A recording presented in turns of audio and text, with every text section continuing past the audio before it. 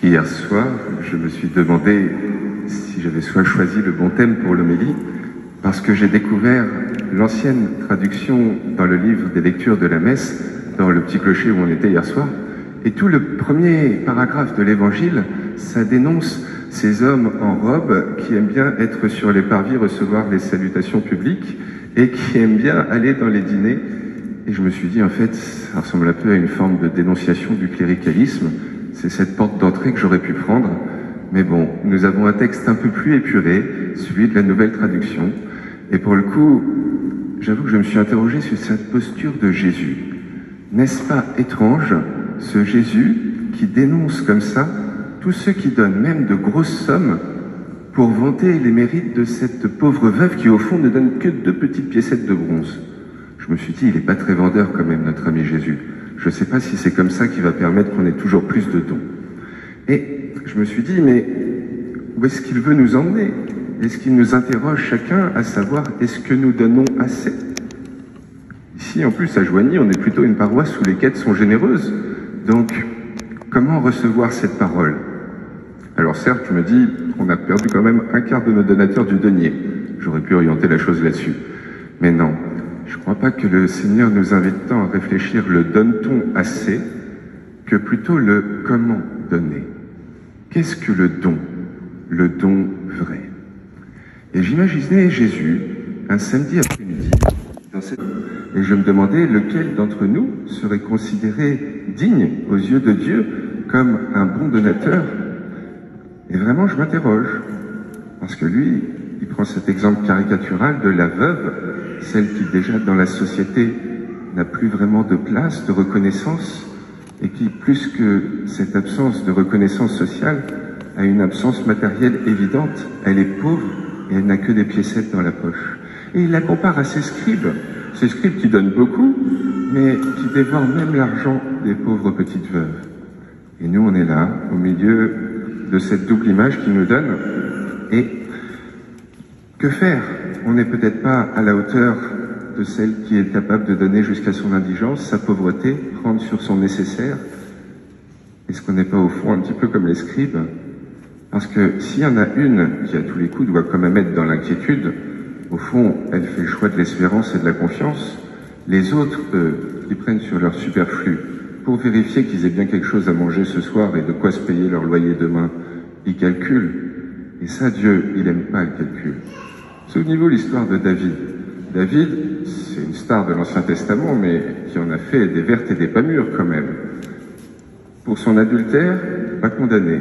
Pour ses meurtres, pas condamné. Le jour où Dieu le condamne, c'est le jour où il compte, où il calcule, voir s'il a suffisamment pour pouvoir aller là où Dieu veut le mener. Est-ce que Dieu, aujourd'hui, ne nous invite pas à donner sans compter? C'est ça, je crois. Et je crois qu'il faut être capable de le rappeler, même si, honnêtement, je le reconnais, j'ai du mal à le vivre dans ma réalité du quotidien. Et peut-être justement parce que des fois, quand le Seigneur nous donne des objectifs qui sont trop lointains, on a tendance à ne pas y aller du tout, on se décourage face à cette montagne immense. Et bien peut-être se demander quelle porte d'entrée il pourrait nous donner. Et s'il nous invite à donner sans compter, et qu'on n'en est peut-être pas capable tous les jours, tout le temps, peut-être commencer sans calculer. Parce que calculer, c'est attendre. Et je crois que le Seigneur nous invite justement à ne pas être dans l'attente. Est-ce que vous avez remarqué la situation folle dans laquelle on est? Cette veuve est pauvre et elle va prendre sur son nécessaire pour vivre, pour manger, pour donner dans un temple où on n'est même pas sûr que ça va servir ou au temple ou à Dieu, parce que Jésus nous dit quelques lignes avant que les scribes dévorent l'argent des veuves. Donc, en toute objectivité, elle est dans une forme de don à perte, voire même où derrière, elle va être encore plus pauvre, encore plus dans la nécessité, et les autres vont faire bombance sur son don. C'est fou quand même. Dieu nous fait la promotion d'un don contre toute logique, contre toute nature. C'est ça qu'il vante. Un don sans calcul, sans espérance de savoir à quoi notre petite obole va servir. Ni plus ni moins. Parce que nous, on est un petit peu comme les scribes et on aimerait pouvoir donner sans compter, on n'y arrive pas tous les jours. Et malheureusement, si on calcule, si on a nos petites attentes, et bien trop souvent, on risque d'être déçu. Le scribe, à l'époque de Jésus, c'est celui qui connaît parfaitement la loi, qui connaît très bien tout ce qu'il faut donner pour être dans les clous de Jésus. Et donc, par conséquent, lorsqu'il donne, il attend un retour de Dieu, de la providence des autres. Est-ce qu'on n'est pas un petit peu tous pareils, au fond? Est-ce que lorsque je donne à une association et que d'un coup j'apprends qu'il y a eu quelques malversations, même si la cause est juste, noble et qu'elle me touche, est-ce que je continue de donner ou pas? Et je me pose la question à moi-même, hein. Ça arrive tellement souvent malheureusement. Et ce voisin, à qui je dis bonjour tous les matins, à qui j'essaye de sourire et qui me répond jamais, est-ce que j'arrête de donner ce sourire, cette petite bienveillance de tous les jours ou pas? Parce que je me dis qu'à partir du moment où j'attends un dû, ben je ne peux pas être dans le don. S'il y a un dû, c'est qu'on n'est pas dans le donner, on est dans le régler, on est dans le règlement de quelque chose.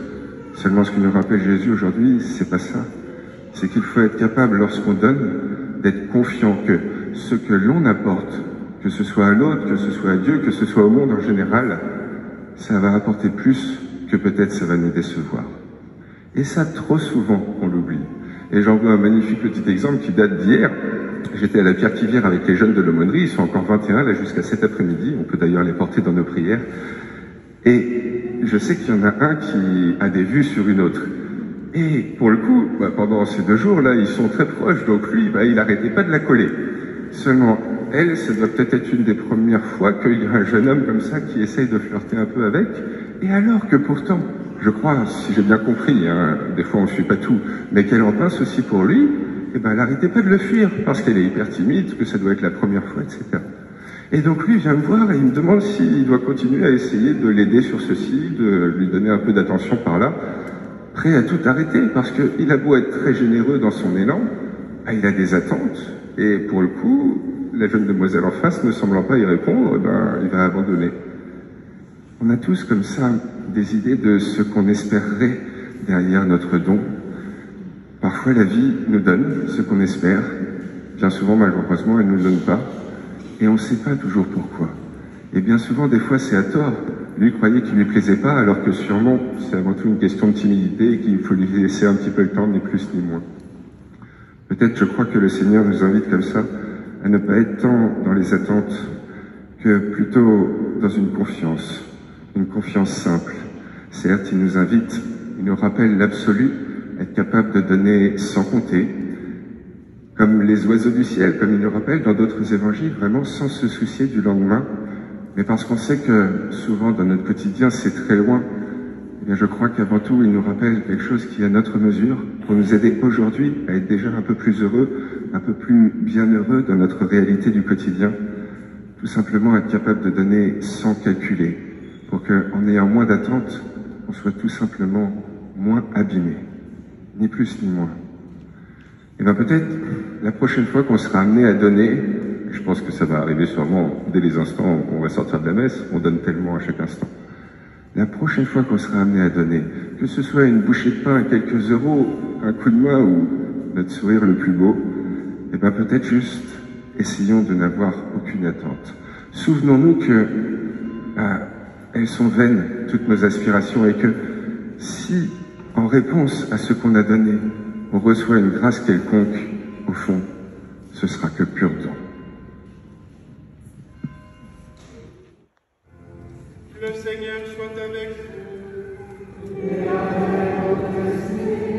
Évangile de Jésus-Christ selon saint Marc.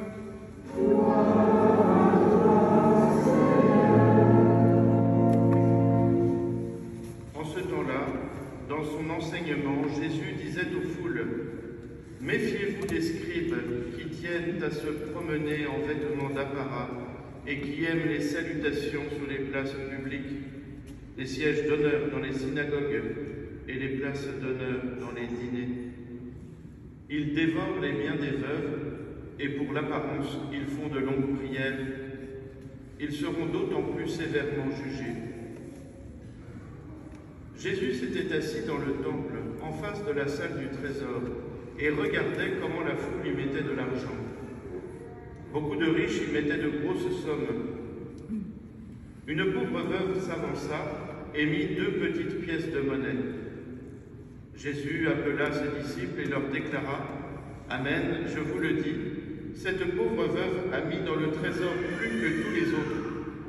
Car tous, ils ont pris sur leur superflu, mais elle a pris sur son indigence. Elle a mis tout ce qu'elle possédait, tout ce qu'elle avait pour vivre. Acclamons la parole de Dieu.